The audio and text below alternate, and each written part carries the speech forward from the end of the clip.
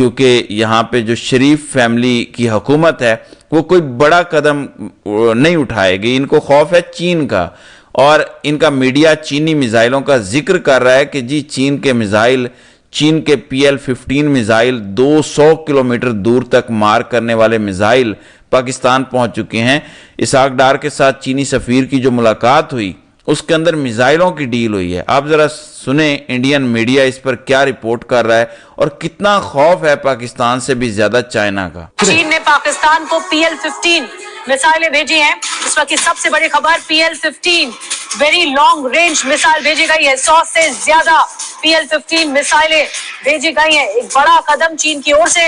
PL-15 missile کی range 200 kilometre کی بتائی جاتی ہے. یہ میزائل ہم آپ کو دکھا بھی رہے ہیں, اس کی رینج کئی گنا زیادہ بتائی گئی ہے, 200 کلومیٹر تک کی بتائی گئی ہے. لیکن PL-15 میزائل کی کھیپ بھیجنا یا پھر اس طرح سے بھیجنا ایک بڑا قدم ہے چین کا. چین نے پاکستان کی طاقت بڑھانے کی کوشش کی ہے. Long range, very long range missile کی کیٹیگری میں اسے گنا جاتا ہے, اور 100 سے زیادہ بھیجی گئی ہیں PL-15 میزائلیں.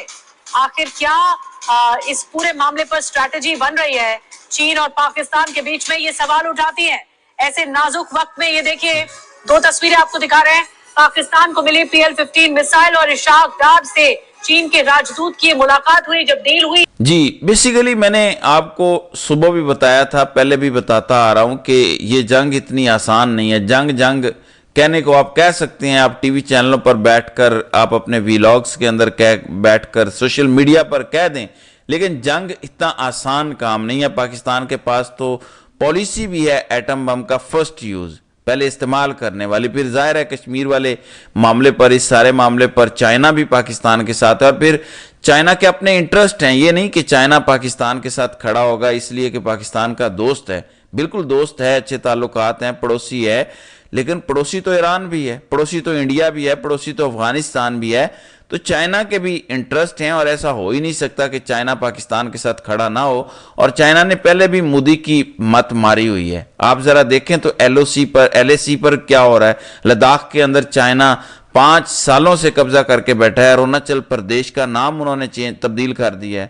وہاں پر انہوں نے بڑی بڑی بیسز بنائی ہیں, ایئرپورٹس بنا رہے ہیں, ریلوے کے ٹریک بچھا دیے ہیں, جبکہ بھارتی میڈیا اس پر کبھی بات نہیں کرتا کہ کتنے سینکڑوں کلومیٹر چائنا نے وہاں پر قبضہ کیا ہے. تو بالکل خاموشی کی پالیسی ہے, مٹی پاؤ پالیسی ہے, کیونکہ ان کو پتہ ہے کہ بڑی مار پڑے گی. یعنی ایسے ہی ہے کہ ان کو عارضی بیانی کے لیے, بکواس کے لیے استعمال کیا جاتا ہے, اس سے زیادہ کچھ نہیں ہے.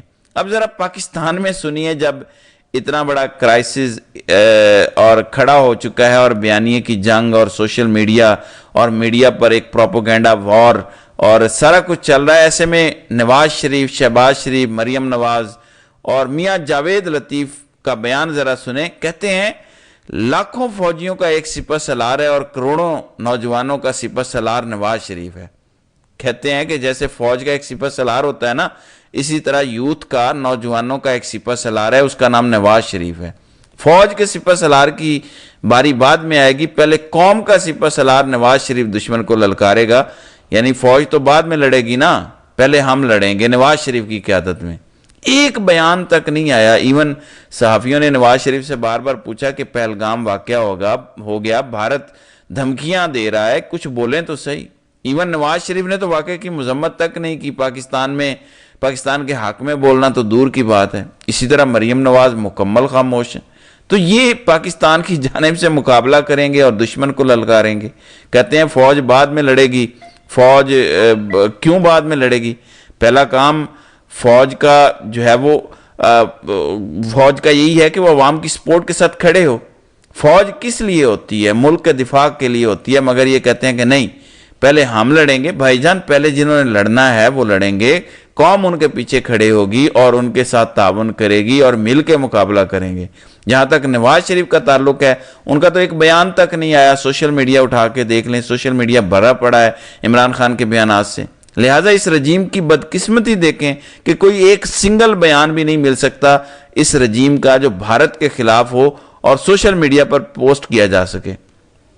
جبکہ اس وقت ضد یہ ہے اسٹیبلشمنٹ کی کہ عمران خان کو جیل سے نہیں نکالنا۔ اب دیکھنا یہ ہوگا کہ پاکستان کا دشمن نمبر 1 انڈیا ہے یا عمران خان، یعنی آپ اسٹیبلشمنٹ کی پریورٹیز دیکھیں کہ آپ کا دشمن انڈیا ہے، اس پر فوکس کرنا ہے یا عمران خان پر کرنا ہے۔ تو دیکھتے ہیں کہ آگے آگے ہوتا ہے کیا۔ تو ناظرین کرام، آپ کی اس ویڈیو کے حوالے سے کیا رائے ہے؟ آپ اپنی رائے کا اظہار کامنٹ سیکشن میں ضرور کیجیے گا۔